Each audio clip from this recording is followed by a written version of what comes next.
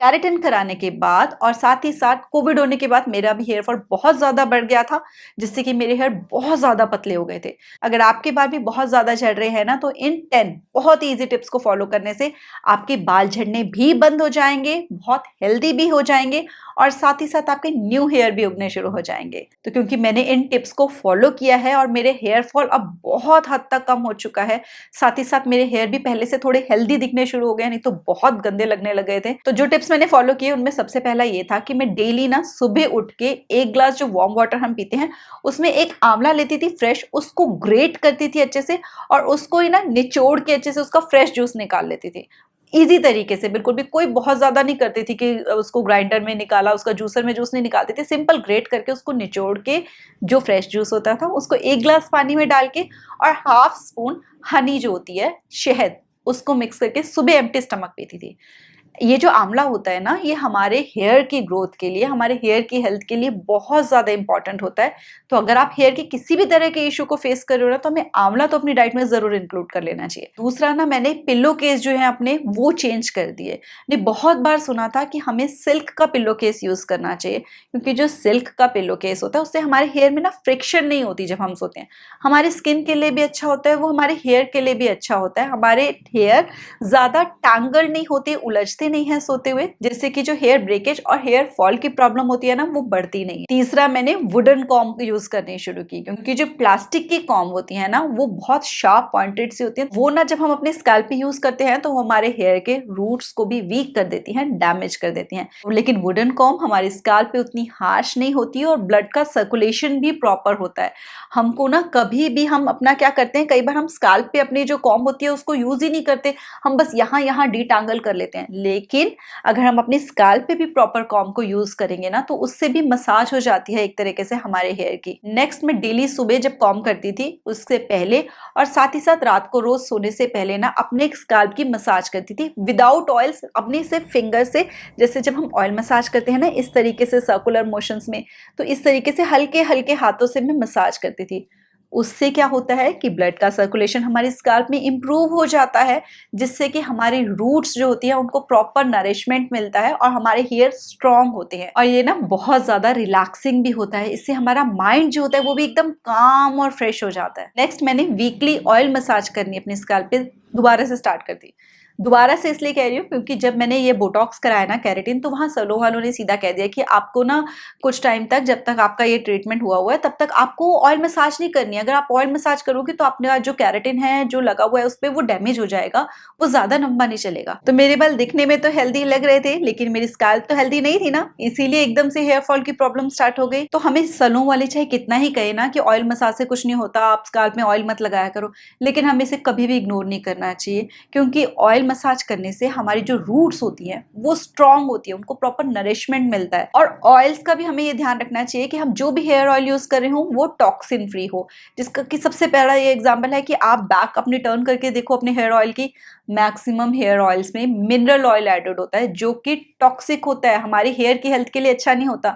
हमें लग तो रहा होता है कि वाह हम तो ऑयल लगा रहे हैं, हमारी स्कैल्प हेल्दी हो रही है, लेकिन हमें ये नहीं पता कि हम कैसा ऑयल लगा रहे हैं। ये ऑयल हमारी स्कैल्प को उल्टा नुकसान पहुंचाएगा जाकर। तो मैंने सेसा का new regain hair growth oil करके नई उनकी किट लॉन्च हुई थी, जिसमें कि एक ये हेयर ऑयल आता है और साथ ही साथ ये स्कैल्प मसाजर आता है। तो मैंने इसको यूज करना स्टार्ट किया और आई थिंक अराउंड 2 मंथ्स होने वाले हैं मुझे इसको यूज करते हुए। मेरा हेयर फॉल ऑलमोस्ट जा चुका है और साथ ही साथ मुझे हेयर भी अपने पहले से ज्यादा हेल्दी एंड बाउंसी लगने लगे हैं। अदरवाइज ये हो गया था कि बहुत ज्यादा डैमेज लगने लगे थे मेरे हेयर। तो ये एक आयुर्वेदिक हेयर ऑयल है जो कि 5000 ईयर्स पुरानी टेक्निक, जिसको कि शीर पाक विधि कहते हैं, उससे बनाया जाता है। यानी कि इसमें 26 मेडिसिनल हर्ब्स और 6 एसेंशियल ऑयल्स हैं, जैसे कि भृंगराज, मेथी, नीम, एलोवेरा, काले तिल एक्सेट्रा, जो कि हेयर फॉल को रोकने के साथ साथ हेयर के रीग्रोथ में भी सपोर्ट करते हैं। और ये सिर्फ कंपनी नहीं क्लेम कर रही है, ये ना क्लिनिकली प्रूवन फैक्ट्स है। इन्होंने एक रिसर्च कंडक्ट की है कुछ लोगों के ऊपर, जिसमें ये प्रूव हुआ कि इसको यूज करने से कम 2 महीने न्यू हेयर की ग्रोथ भी होती है और हेयर फॉल भी बंद हो जाता है। इसको अप्लाई करने के लिए हमको इसको हल्का सा वार्म करना है और फिर रूट्स पे अप्लाई करना है। तो इसकी जो कैप है, इसको अगर हम रिमूव करते हैं तो इसकी बहुत एक पॉइंटेड सी टिप है, जिससे कि हम इस तरीके से, ये जो टिप है इससे हम बहुत इजीली अप्लाई कर सकते हैं ऑयल को। पार्टीशंस कर करके हमें अप्लाई करना है ताकि अच्छे से अप्लाई हो वो। और दूसरा उसके बाद हमको जब हम पूरा पार्टीशन करके अप्लाई कर ले तो ये स्कैल्प मसाजर जो है इससे इस तरीके से पकड़ के हम उसको ना अपनी स्कैल्प के ऊपर मसाज कर सकते हैं सर्कुलर मोशंस में 5 to 7 मिनट्स तक, ताकि जो स्कैल्प के जितने भी प्रेशर पॉइंट्स हैं ना उनके ऊपर अच्छे से मसाज हो जाए और जो ऑयल है वो हमारे अच्छे से हमारे रूट्स में हमारे स्कैल्प में अब्सॉर्ब हो जाए। साथ ही साथ बेस्ट पार्ट ये है कि ये ना मिनिस्ट्री ऑफ आयुष के अंडर रजिस्टर्ड भी है। इसको बाय करने का लिंक मैं आपके साथ डिस्क्रिप्शन बॉक्स में शेयर कर दूंगी। अगर आप मेरा कूपन कोड यूज कर देते हो जो कि है शिखा25 तो आपको इसके MRP पे 25% ऑफ मिल जाएगा। नेक्स्ट ना हमको शैम्पू करते हुए इस बात का ध्यान रखना चाहिए कि जब हम शैम्पू को यूज करें तो कभी भी उसको हमें डायरेक्टली अपने स्कैल्प पे अप्लाई नहीं करना है, राइट प्रोसीजर फॉलो करना है, जिसके लिए पहले तो हमें अपनी स्कैल्प को अच्छे से गीला कर लेना है पानी से। दूसरा हमको शैम्पू को हमेशा डाइल्यूट कर लेना है, यानी थोड़ा सा पानी लो और उसके बीच में शैम्पू डाल के अच्छे से मिक्स कर दो और फिर उसको अपनी स्कैल्प पे डालो। हमें शैम्पू को डायरेक्टली अपनी स्कैल्प पे कभी अप्लाई नहीं करना चाहिए, उससे हमारे जो रूट्स होते हैं वो वीक हो जाते हैं। साथ ही साथ मैंने बायोटिन के बारे में जब पढ़ा कि बायोटिन किस चीज में होता है, क्योंकि बहुत सुना है कि बायोटिन रिच डाइट लेनी चाहिए हेयर की हेल्थ के लिए, तो पता चला ये तो बहुत नॉर्मल सी हमारे घर में जो चीजें मिलती है उनमें भी होता है, जैसे कि banana, flax seeds, cauliflower, mushroom, sweet potato, broccoli, almonds, peanuts, chia seeds, pumpkin seeds. आप इसका स्क्रीनशॉट लेके रख सकते हो। ये वो सारी चीजें हैं जिनसे कि हमें बायोटिन मिलता है। बायोटिन वो जो कि हमारे हेयर की हेल्थ के लिए बहुत इंपॉर्टेंट होता है।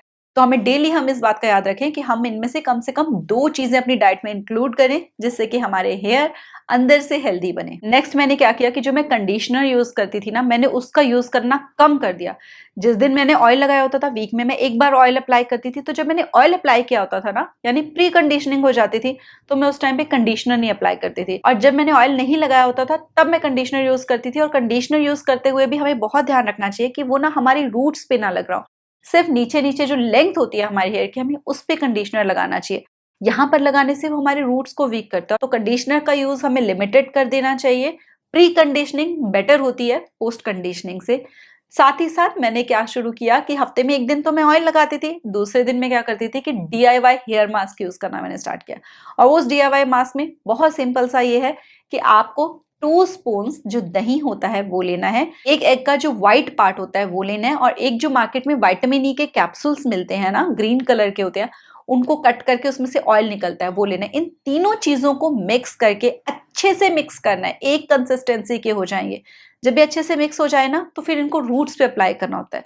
तो मैं इनको रूट्स पे अच्छे से अप्लाई कर लेती थी, अच्छे से मसाज करके, और लेंथ पे भी अप्लाई कर लेती थी। उसके बाद बन बना के हम इसको आधे घंटे तक छोड़ सकते हैं। ये थोड़ा जब ड्राई ड्राई सा लगने लग जाए ना, फिर हम अपने हेयर को वॉश करें, तो इससे ना नेचुरली हमारे हेयर में प्रोटीन चला जाता है। केमिकल्स ट्रीटमेंट कराने से जो हम प्रोटीन अपने बालों में सोचते हैं ना कि हमारे बालों में प्रोटीन बढ़ गया है, वो कुछ नहीं होता, वो आर्टिफिशियल होता है। असल में हमारे बाल और डैमेज हो चुके होते हैं, हमको दिख रहा होता है कि हमारे बाल स्ट्रांग हो गए हैं।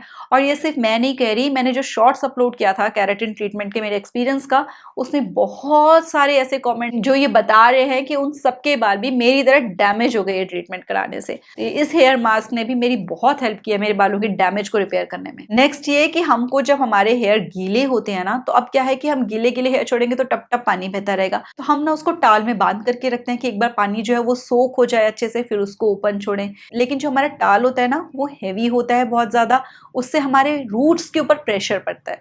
तो स्पेशल जो हेड रैप्स आते हैं ना, वो होते ही इस पर्पस के लिए कि वो हमारे हेयर को अच्छे से सोक कर लेते हैं, हमारे हेयर का जो पानी होता है उस टाइम पे। तो मैंने भी हेयर को ड्राई करने के लिए ना हेड रैप यूज करने शुरू किए कि जब अच्छे से सोक हो जाता है वाटर, उसके बाद उसको रिमूव किया, तो उससे हमारे बाल जो होते हैं ना, फिर ये नहीं होता कि धो के हमारे बाल जब सूखे तो वो इधर उधर गिरते चले जा रहे हैं, उससे हमारे बाल कम टूटते हैं। वीडियो पसंद आया हो तो लाइक जरूर करना। मिलते हैं नेक्स्ट वीडियो में। Till then stay blessed, stay smiling. नमस्ते।